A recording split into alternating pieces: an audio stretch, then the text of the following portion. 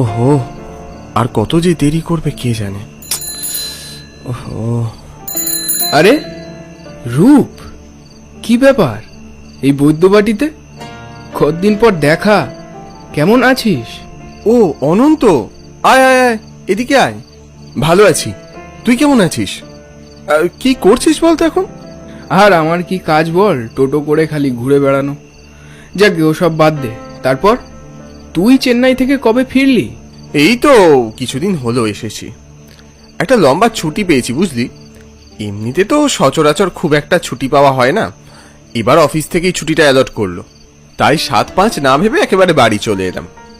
ভালো করেছিস, যা জাঁকিয়ে শীত পড়েছে।